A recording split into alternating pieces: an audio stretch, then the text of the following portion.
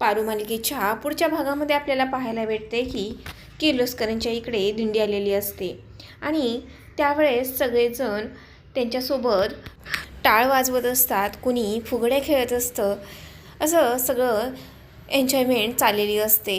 आणि दिशा आणि पारू फुगडी खेळायला लागतात. त्यावेळेस दिशा तिला म्हणत असते की पारू, तू आदित्यच्या नावाचं मंगळसूत्र तुझ्या गळ्यामध्ये घालतेस, हे जर सिक्रेट सगळ्यांना कळलं तर. आणि पारू त्यानंतर खूपच घाबरलेली असते. तेवढ्यातच दिशा तिच्या गळ्याला हात लावते आणि तिचं मंगळसूत्र वरती काढते.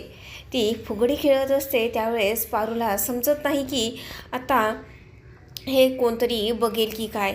तेवढ्यातच दिशा तिला म्हणते की एक सासूमाम तुला आता या घरातून हाकलून देतील आणि तिच्या हाताला झटका मारून तिला सोडून देते.